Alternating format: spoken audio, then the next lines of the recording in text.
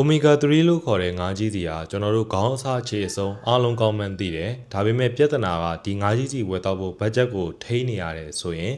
ငါးကြီးစီမှာမတောက်ရရင်ကျန်းမာရေးအတွက်မကောင်းတော့ဘူးလားဆိုတဲ့မေးခွန်းနဲ့ပတ်သက်ပြီးတော့ဒီဗီဒီယိုမှာရှင်းပြပေးမှာဖြစ်ပါတယ်။အဲ့တော့ငါးကြီးစီအကြောင်းကိုကျွန်တော်ပြောအောင်နော်။ Omega 3ပေါ့။ Omega 3ကကျွန်တော်တို့ရဲ့ခန္ဓာကိုယ်မှာတဘာဝအတိုင်းချက်လုပ်လို့မရနိုင်ဘူး။အဲ့တော့ Omega 3ကိုကျွန်တော်တို့ကဘယ်ဟာယူရလဲဆိုတော့အပြင်ကနေတစ်စင်ယူရတယ်အပြင်အားဆိုတာကကျွန်တော်ဒီခုနပြောတဲ့ဆေးတွေတောက်လို့ရတယ်ဒါမှမဟုတ်လေအစားအသောက်မှာကျွန်တော် omega 3ပြေဝတဲ့အစားအစာတွေပေါ့နော်အထူးသဖြင့်တော့ပင်လယ်ငါးတွေအစီများတဲ့ငါးတွေပေါ့နော်ဆယ်မွန်တို့စာတင်းတို့ကျွန်တော်ဗမာပြည်မှာဆိုရင်တော့လေငတ်တလောက်တို့ငမြင့်ချင်းတို့ငဒံတို့တခြားသောပင်လယ်ငါးတွေပေါ့နော်အနည်းဆုံးတော့တစ်ပတ်ကို2ကြိမ်လောက်ငါးဟင်းပါအောင်ထည့်စားရင် omega 3ကိုကျွန်တော်ထည့်တောက်စရာမလိုပါဘူးနော်အဲ့လိုမှမဟုတ်ပဲねကျွန်တော်အနေနဲ့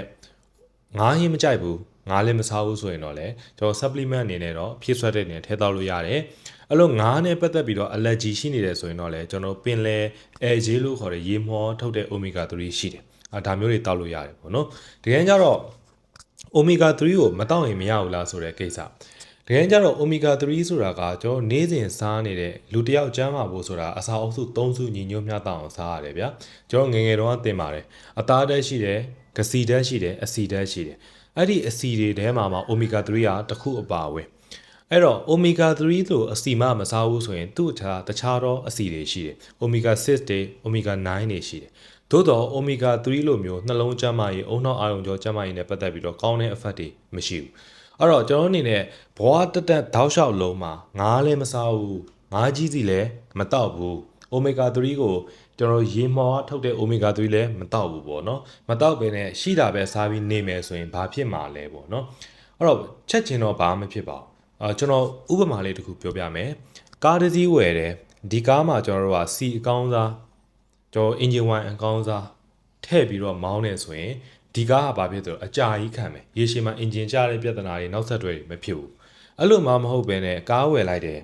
ကားဝယ်လိုက်တဲ့အခါမှာစီကလည်းကြုံအားထည့်တယ်engine 1ကလည်းကြုံအားထည့်တယ်ဆိုရင်ဒီကားကလက်တလောတော့ဘာမှဖြစ်နေဘူးဒါပေမဲ့အချိန်ကာလတစ်ခုကြာလာရင်ကျွန်တော်တို့ရဲ့နောက်ဆက်တွဲတွေအကြီးကျယ်ပြဿနာတက်လိုက်မယ် engine ကျလွယ်တယ်ပေါ့တဘောတရားအလိုပဲကျွန်တော်အနေနဲ့ omega 3ထည့်ပြီးတော့မစားဘူးငငယ်တည်းကငါးလည်းမစားဘူး omega 3လည်းမစားဘူးဆိုရင်ရေရှည်ကြာလာတဲ့အခါမှာကျွန်တော်အုံနောက်ဖွံ့ဖြိုးမှုနဲ့ပတ်သက်တဲ့ကိစ္စတွေကလေးတွေဆိုရင်ပေါ့နော်လူကြီးတွေဆိုရင်မှတ်ဉာဏ်နဲ့ဆိုင်တဲ့ကိစ္စတွေကျွန်တော်တို့ဒီစိတ်ခံစားမှုနဲ့ဆိုင်တဲ့ depression စိတ်တက်ကြတာတွေစိတ်ပူပန်တာတွေစိတ်အသက်ကြာဖြစ်တာတွေကျွန်တော်နှလုံးမှာဆိုရင်လည်းနှလုံးသွေးကြောနဲ့ပတ်သက်တဲ့ပြဿနာတွေနှလုံးယောဂါတွေเนาะတော့သွေးထဲမှာရှိတဲ့အဆီဓာတ်တွေကမောက်ကမနဲ့ဖြစ်တာမျိုးတွေဒီမျိုးနောက်ဆက်တွဲတွေအများကြီးဖြစ်ပါတယ်ဒါတွေမဲ့လားဆိုတော့ omega 3မှာကောင်းတာတွေလည်းရှိတယ်တော့ကျွန်တော် line ပေါ်မှာအများကြီးပြောပါတယ်ကျွန်တော်အယိုးအစစ်အတွက်မျက်လုံးအတွက်အသားရည်သပင်စသည်ဖြစ်ပေါ့နော်ကောင်းတာတွေအများကြီးရှိတယ်ဒီအချက်တွေကိုကျွန်တော်တို့ကဆုံးရှုံးအောင်မှာဖြစ်တယ်ပြန်ပြီးတော့ကျွန်တော်ခြုံပြောရင် omega 3ကမဖြစ်မနေမဟုတ်ဘူးတကယ်လို့မတောက်ချင်ဘူးဆိုရင်တစ်ပတ်ကို2ကြိမ်လောက်တော့အစီများတဲ့ငါးတွေပါအောင်စားပေးအဲ့တော့ငါးလည်းမစားချင်ဘူးဆိုရင်တော့လေကျွန်တော်တို့ omega 3လည်းမကြိုက်ဘူးဆိုရင်ကျွန်တော် AGA ထုတ်တဲ့ omega 3ဆိုတာရှိတယ်အဲ့ဒီဟာမျိုးလေးထည့်တော့နော်ကျွန်တော်နေအများကြီးတောက်ကြမလို့လူကြီးတယောက်ဆိုတနေ့ကိုငါးကြီးစီဆို1000 mg 2000 mg ဒီလောက်ဆိုရင်လုံလောက်ပါတယ်အဲ့တော့အကျိုးရှိလိမ့်မယ်လို့မျှော်လင့်ပါတယ်ကျေးဇူးတင်ပါတယ်